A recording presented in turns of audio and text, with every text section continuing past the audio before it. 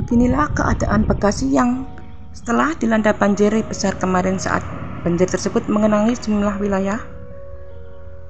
Setelah air mulai surut, warga kini menghadapi masalah baru, yaitu berupa tumpukan lumpur tebal yang menutupi jalanan dan lingkungan mereka. Setelah banjir mulai surut, kondisi beberapa jalan utama di Bekasi sudah mulai kembali bisa dilalui kendaraan.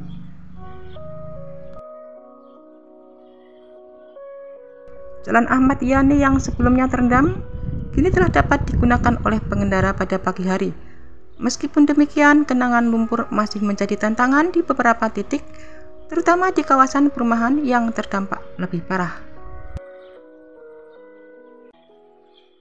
Sementara di wilayah Kemang Pratama yang juga sempat terendam banjir kini mulai mengalami pemulihan.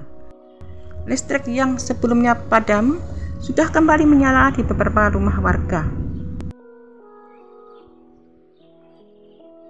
Namun jalanan yang ambles akibat derasnya arus air di beberapa titik masih menjadi perhatian utama. Pemerintah setempat dikabarkan tengah menyiapkan upaya perbaikan agar akses warga kembali normal. Di beberapa perumahan, banyak warga mulai membersihkan sisa lumpur yang menumpuk di jalanan dan halaman rumah. Relawan dan aparat turut membantu proses pemulihan ini, meskipun kondisi masih jauh dari kata normal.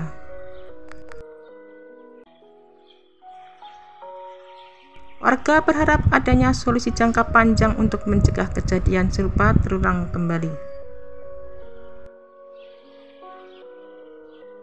Sebagian warga mungkin berharap adanya perhatian lebih dari pihak berwenang untuk menangani risiko banjir yang terus berulang.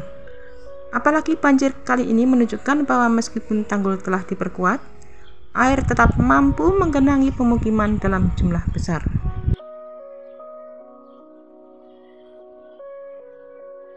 Meskipun banjir telah surut, dampaknya masih terasa bagi warga Pondok Gede Permai maupun pondok di Jalan Bekasi selainnya. Lumpur yang menutupi jalanan menghambat mobilitas dan meningkatkan risiko penyakit akibat paparan kotoran.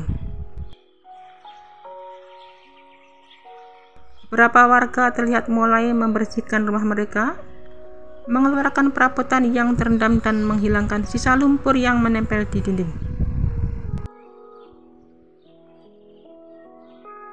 Namun tantangan yang dihadapi tidak hanya sekedar membersihkan lingkungan.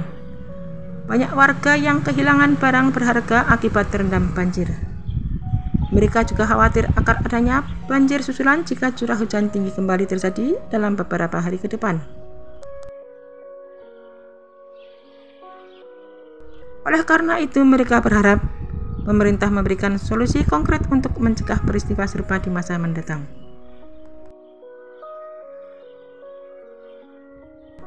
Beberapa warga mulai membersihkan rumah mereka setelah direndam banjir.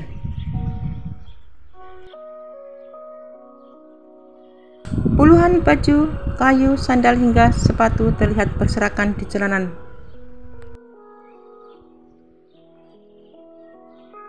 Saat ini, banjir tersebut telah mulai surut. Bantuan juga datang dari pihak luar, misalnya truk pengangkut air berbondong-bondong mendatangi rumah warga yang terdampak banjir.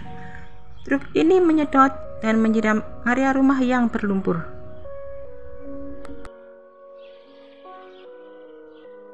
Banjir ini sendiri terjadi karena salah satu penyebabnya adalah hujan lebat sejak hari Senin malam dan mengakibatkan sungai-sungai di seberangnya meluap.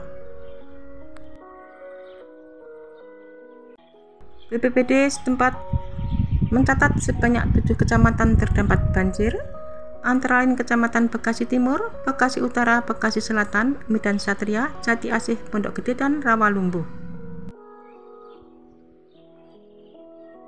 Sebanyak 140 unit rumah terendam dengan ketinggian air mencapai 3 meter.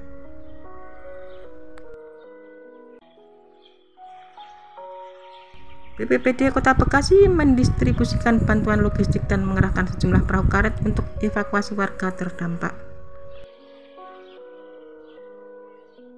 Dan pada saat banjir, PLN Kota Bekasi juga memadamkan listrik di beberapa wilayah terdampak untuk mencegah adanya korban yang terkena aliran listrik ketika banjir. Di Bekasi, hujan disertai kiriman air dari sungai di bagian hulu yang menyebabkan banjir di 6 kecamatan, yaitu Kecamatan Cibarusah, Serangbaru, Setu, Cikarang Utara, Cibitung, dan Tambun Utara. Ketinggian air mencapai 150 cm dan merendam 19 unit rumah.